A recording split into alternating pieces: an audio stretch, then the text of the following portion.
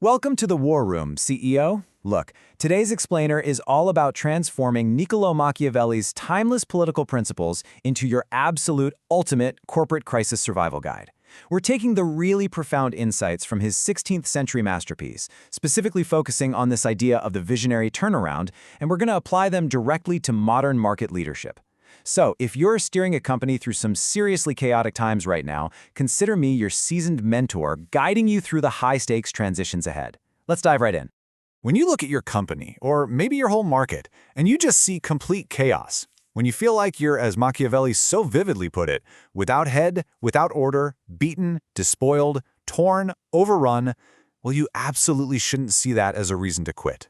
Actually, you need to recognize that this exact state of desolation, it's the perfect fit canvas for introducing a totally new order of things. He argued that Italy's despair back in his time was literally the ultimate opportunity for a virtuous, bold leader to step up. And you know what? The exact same logic applies to your market crisis today. So here is the decisive choice you have to make right now. Do you just retreat and manage the decline, or do you build a new order? This one choice basically determines whether you remain a mere manager, just maintaining the wreckage, or if you step up to become a visionary market liberator who actually earns true honor and glory. Chaos absolutely demands bold, decisive leadership, not a timid retreat. Okay, moving to Section 1, the hereditary management trap. Let's look at why maintaining the past is so tempting. To fully grasp this crisis opportunity, we first have to look at how traditional, legacy companies operate versus the immense challenge of building something entirely new. Inheriting a stable, quote-unquote, hereditary business basically just means maintaining the status quo. Machiavelli notes that long-standing dynasties face way fewer difficulties. I mean, the ruler simply has to avoid transgressing the customs of their ancestors. It's easy, right? But it rarely earns true glory. On the flip side, saving a failing enterprise or founding the new corporate order, that demands the bold introduction of new laws and decisive action. You just can't rely on the legacy of the past when your present is literally on fire. Section 2. Founding a new order. This is where the true test begins. Stepping out of that comfortable, hereditary management trap and forging a new secure path? Well, as this quote brilliantly illustrates, there's nothing more difficult to take in hand than taking the lead in the introduction of a new order of things. And why is that? Because as an innovator, you instantly have for enemies all those folks who did really well under the old conditions.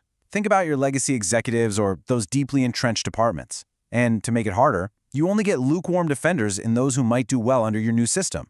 Your turnaround is incredibly perilous, for sure, but it is absolutely necessary to survive. To survive this, you have to act like a wise physician.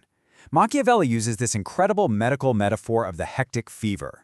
Basically, in the beginning, a market crisis is easy to cure but really difficult to detect. But if you wait around until the chaos is obvious to absolutely everyone, the malady becomes easy to detect but completely impossible to cure. You must foresee market troubles immediately and strike. Waiting around for consensus just means the disease kills the patient. Decisive action is the only remedy here. All right, Section 3, Expansion.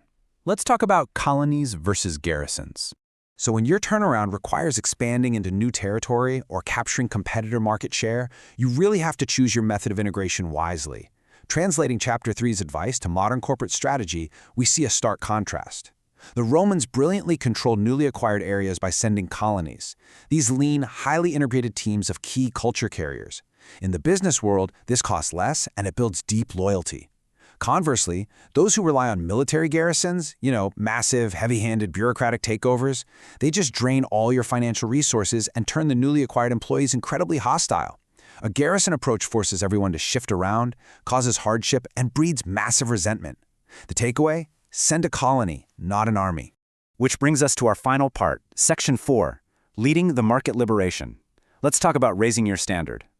Now that we know how to secure our gains, we really must turn to Machiavelli's final, passionate exhortation for a market in despair, raising a standard that actually inspires your staff. Let's open up the Market Liberation Playbook. Look, management is about maintenance, but leadership, especially in a crisis, is about liberation. You need to introduce new laws and ordinances that shake off the stagnation. And most importantly, you need to provide a banner that your people are ready and willing to follow right out of the downturn. But who exactly is going to carry that banner?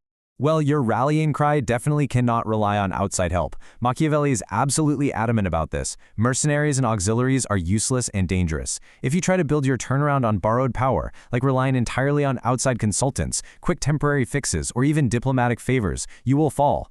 True redemption requires a visionary CEO to lead with their own internal forces. Your success has to be founded entirely on the loyalty and strength of your own team. They're the only ones who will actually bleed for the banner. Let this playful pro tip right here be your secret weapon as you walk out of this war room and face market instability head-on. Don't just manage the office, liberate the market. If the old way of doing things, or the competition's product quote-unquote stinks to your customers, it's time to stop making excuses about the economy or your legacy systems.